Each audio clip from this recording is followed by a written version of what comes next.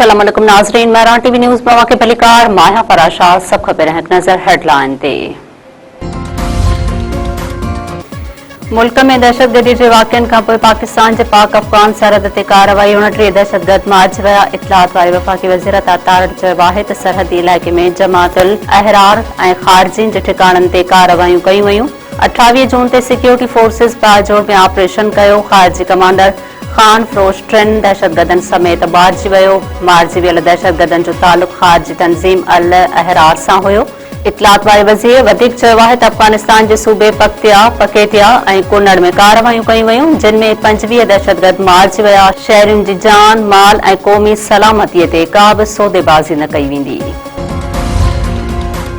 कराची में rangers camp ते हमले में मुलविस अफगान दहशतगर्द जो एतराफ़ जारी। छिरकाईंदड़ इंकशाफ ज़ख़्मी हालत में गिरफ़्तार दहशतगर्द उस्मान ॿुधायो आहे त संदसि तालुक़ जमातुल अहरार सां आहे।